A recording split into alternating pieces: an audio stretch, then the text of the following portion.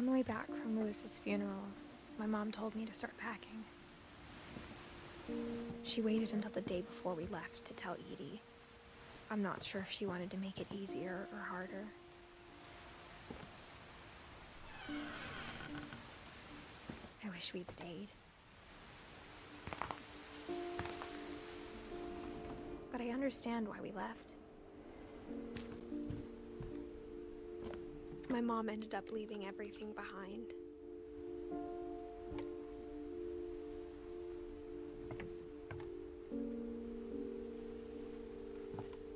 What happened that night had been coming for a long time.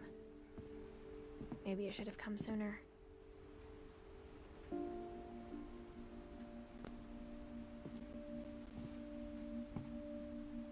But it had to end one way or another. All that's left now is to tell you about that last night.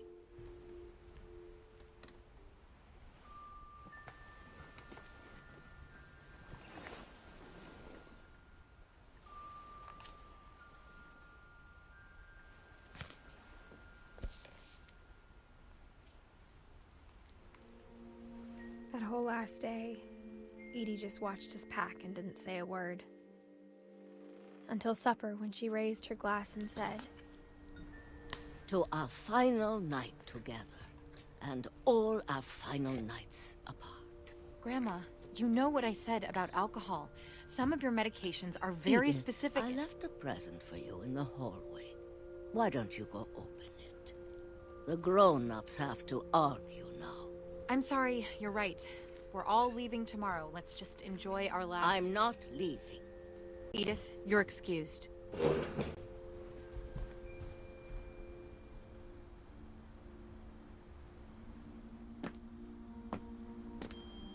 The power had been shut off that morning, but Edie always had plenty of candles. When my mom sealed the library, I don't think she knew about the other entrance, or that Edie had a key to it.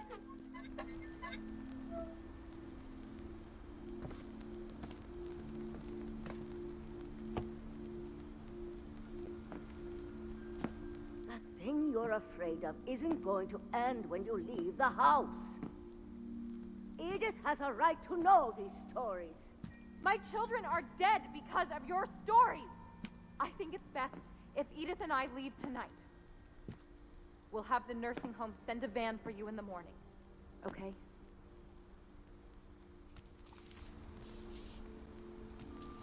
Dear Edith, there's so many stories I wish I could tell you, but there's only time for one.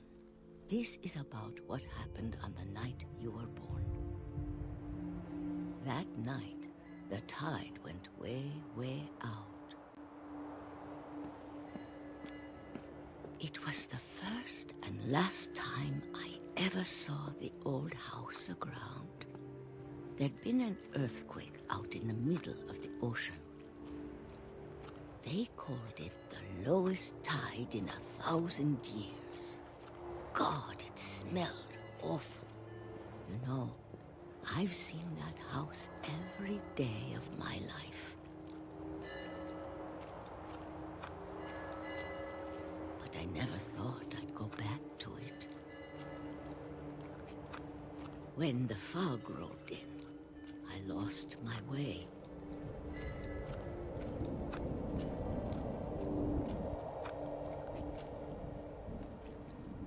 I got turned around.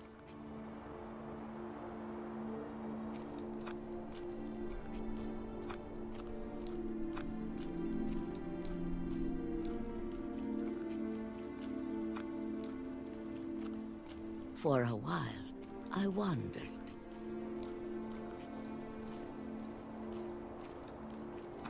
I started seeing things.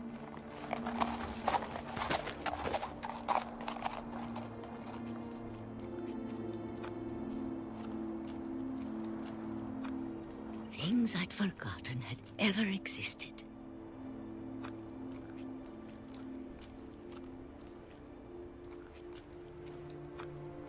But when I saw them, they felt like old friends. That night, a lot of things came back to me. Or maybe I came back to them.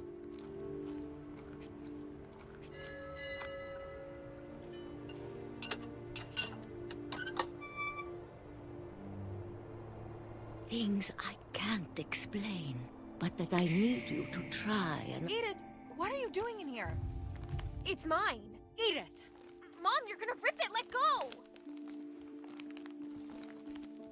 I kicked and screamed, but Mom dragged me to the car.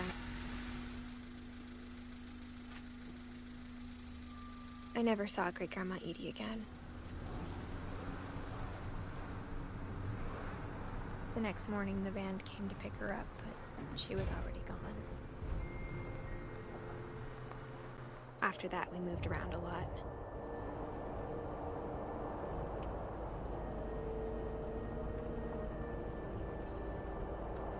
We both tried to make the best of it.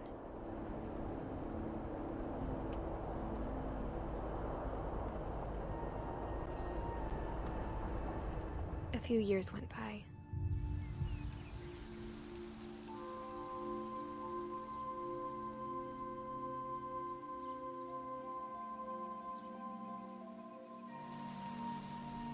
My mom didn't like to talk about it.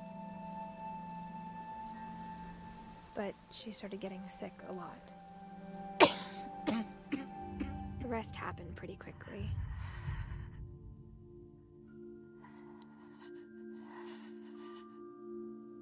She got better for a while, and then she didn't. And then I was alone.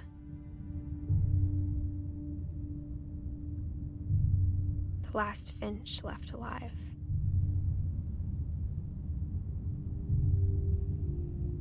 Until I found out about you.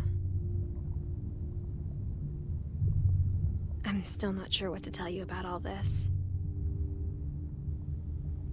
If we lived forever, maybe we'd have time to understand things. But as it is, I think the best we can do is try to open our eyes. And appreciate how strange and brief all of this is. This journal was supposed to be for you. But now I hope you'll never see it. I just want to meet you and tell you all these stories myself. But I guess if you're reading this now, things didn't work out that way.